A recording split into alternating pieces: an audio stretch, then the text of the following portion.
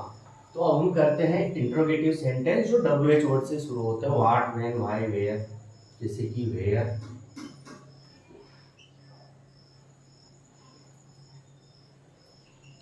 Are you living these days. ये हमसे किसी ने पूछा, या ही सेड टू मी, वह कोई आदमी है जिसने मुझसे कहा where are you living these days, इन दिनों तुम कहाँ रह रहे हो। तो हमारे सामने लिखा हुआ है, सेड टू के स्थान पर क्या कर देंगे हम, आस्क्ड कर देंगे। यदि इंक्वायरी होगी तो क्या हो जाता है, inquired of. He asked me, उसने मुझसे पूछा। अब ये हटेगा तो हम कंजंक्शन लगाते हैं, है ना। साधारण वाक्य हमने दैट लगाया था, ये हेल्पिंग वर्ब से शुरू हो रहे थे उनमें हम लोगों ने इफ लगाया था। लेकिन WH वर्ड वाले में कोई भी कंजंक्शन नहीं लगता है, ये वर्ड ऐसे के ऐसे रहेगा, वेयर। अब ये जो यू है सेकंड पर्सन है, ऑब्जेक्ट के अनुसार बदलेगा। ऑब्जेक्ट मी है, मी का सब्जेक्ट बेस आई आ जाएगा, वेयर आई। अब देखो इज मान किसमें बदलेगा, वॉज वर्ब में। लिविंग का लिविंग, दीज का क्या हो जाएगा सर, दोज। ये डेज, दोज डेज। तो ये बन गया कि आस्क्ड मी, उसने मुझसे कहा तुम इन दिनों कहाँ रह रहे हो। उसने मुझसे पूछा कि मैं उन दिनों कहाँ रह रहा था, है ना। वो जा गया, ये चेंज हुआ, ये ऐसे कैसे लगा दिया, ये कर दिया, दीज का दोज कर दिया। सिंपल सेंटेंस में बदल जाता है, मैं उन दिनों कहाँ रह रहा था। और ले लेते हैं,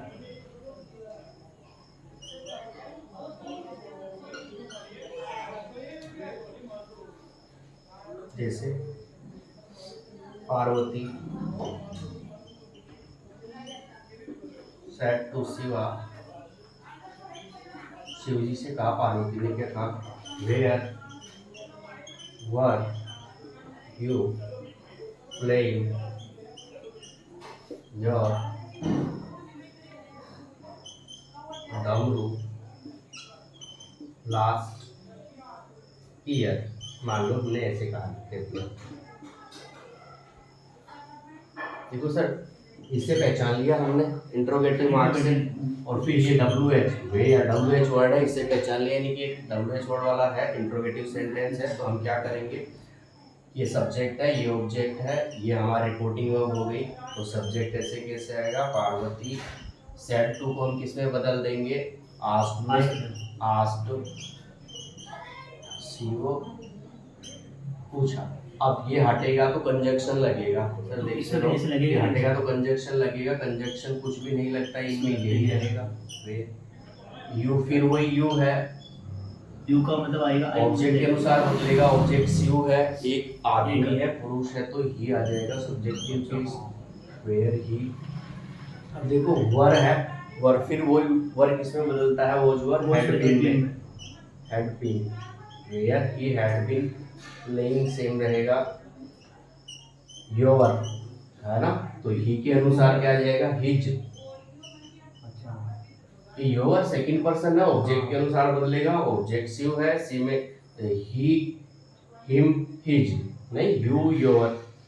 योर वाली लाइन के नीचे हिज और हर आता है, तो यहाँ पर आदमी के लिए हिज आ गया, हिज डमरू।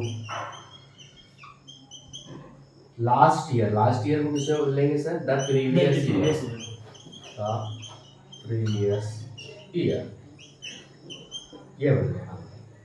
तो ध्यान रखने की बात यह है कि जो WH वर्ड से जो हमारे सेंटेंस स्टार्ट होता है डायरेक्ट स्पीच में, उनमें कोई कंजक्शन नहीं लगता है। बहुत इंपॉर्टेंट है, ये एग्जाम में आते हैं, मैं इसलिए कह रहा हूँ।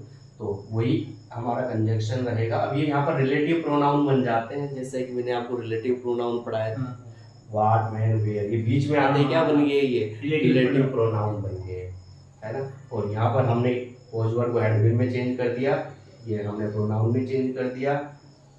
लास्ट मंथ को द प्रीवियस ईयर, यानी कि लास्ट ईयर को द प्रीवियस ईयर में चेंज कर दिया। मैं उतारू सकूंगा, हाँ जी, दोनों उतारू। एक उदाहरण में यू प्लेइंग है ना, प्लेइंग दोनों में से डेफिनेटली एक सेंटेंस आएगा, और क्योंकि हमारे एग्जाम में ज्यादा आने वाले हो सकता है दोनों में से एक एक आ ही जाए, डेफिनेटली आ जाए। W लास्ट ये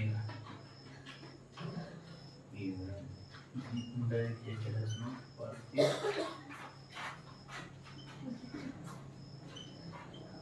पार्टी आस्क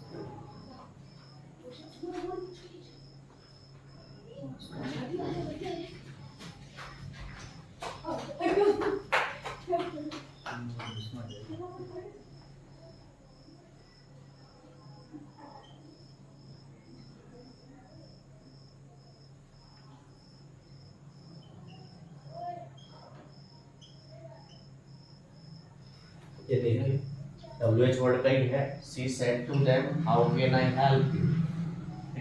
इंट्रोगेटिव लगा हुआ है क्वेश्चन मार्क, पता चल गया इंट्रोगेटिव सेंटेंस है। ये भी पता चला हमें कि WH वर्ड से शुरू हुआ है। सी का सी रहेगा, सेड टू को हम आस्क्ड में बदलेंगे। सी आस्क्ड, देम का देम होगा, ये हटेगा तो हाउ कंजक्शन रहेगा।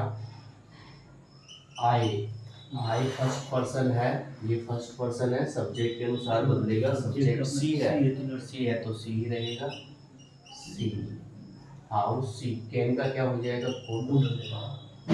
हेल्प, यू का क्या हो जाएगा, देम का देम रहेगा। How she could help them, वह उनकी कैसे मदद कर सकती थी। सी सेड टू देम, उनकी। यू का यू रहेगा सर सब्जेक्टिव केस है, सब्जेक्टिव केस। तो देखो बिल्कुल आसान है, कोई भी WH वर्ड आए, what, when, where, who, whom, whose, आसान से है ना, आसान है। पुराने वो सारे चेंजेस हमने करे लिए थे, बस हमें चेंजेस ये रख दिया था। सेट टू कास्ट होता है, WH वर्ड का WH वर्ड यहाँ पर पहले हेल्पिंग वर्ब आती है ना, और उसके बाद सब्जेक्ट आता है। लेकिन जब अपन ये बनाते हैं तो पहले सब्जेक्ट आता है, उसके बाद में हेल्पिंग वर्ब आती है।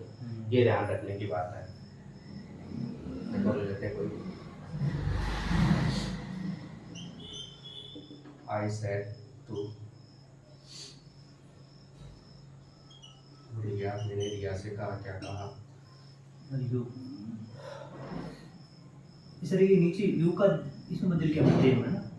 हाँ, यू सेकंड पर्सन है सर, है ना, ऑब्जेक्ट के अनुसार बदलेगा। ऑब्जेक्ट देम है, हाँ तो you your, they them, there. तो यहाँ ये वाला यू है, तो ये वाला देम हो गया। तो अपने टेबल बनाई थी। आई सेड टू रिया, मैंने रिया से कहा, कोई इंक्वायरी कर लेते हैं हम लोग। आर यू सिंगल, जैसे कि कुछ भी।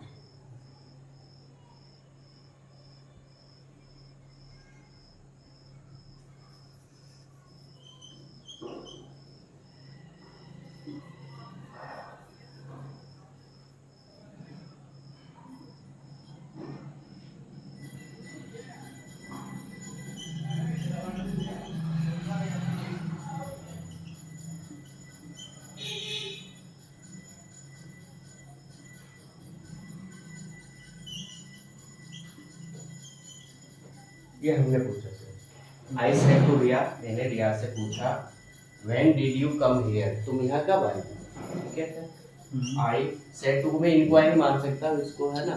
तो मान लो तुम यहाँ कब आई, है ना, इंक्वायरी है, मैं पूछ रहा हूँ। आई इंक्वायर कर दिया, है ना। वैसे तो आस्क भी चलेगा, कोई दिक्कत नहीं है, लेकिन मैं कर देना चाहता हूँ आपको। मैं चलो इंक्वायर्ड ऑफ का भी ऐसे यूज होता है। आई इंक्वायर्ड ऑफ रिया, मैंने रिया से पूछा। क्या पूछा, अब ये हटेगा तो क्या होगा, ऐसे कैसे रहेगा, व्हेन। ठीक है सर, WH वर्ड कुछ भी नहीं लगेगा, कंजंक्शन। देखिए सर, ये यू है, यू वही सेकंड पर्सन है, ऑब्जेक्ट के अनुसार बदलेगा। ऑब्जेक्ट रिया है तो देखो रिया है, लड़की है तो, है ना।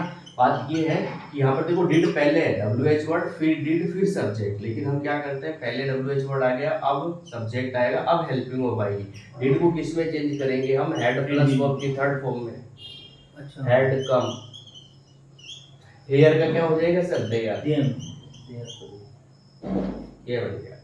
आई inquired of Riya when she had come there. तो इस प्रकार से हम जो है WH वर्ड की इंट्रोगेटिव सेंटेंस कि इनडायरेक्ट स्पीच बना सकते हैं। इनमें खास बात यह है कि इनमें कोई कंजंक्शन नहीं लगता है, ये WH वर्ड ही कंजंक्शन बन जाते हैं, यानी कि रिलेटिव प्रोनाउन बन जाते हैं, है ना, इसीलिए यहाँ पर कोई कंजंक्शन नहीं लगता है। लोग जो नहीं पढ़ते हैं, जिनको पहले का बचपन का याद है, जिन्होंने कहीं पढ़ा था, तो वो यहाँ पर दैट लगाकर आ जाते हैं और गलती हो जाती है।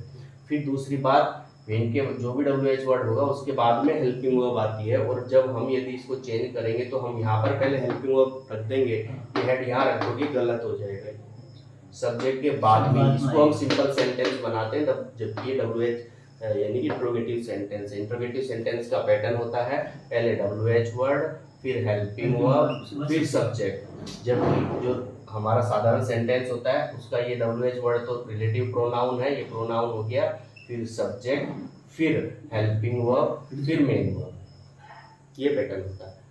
तो हमने बात की इंट्रोगेटिव जो सेंटेंस होते हैं हेल्पिंग वर्ब से शुरू होगा, do, does, is, am, are, has, have, had, shall, will, should, would, can, could, may, might, सब से किसी से भी शुरू हो सकता है।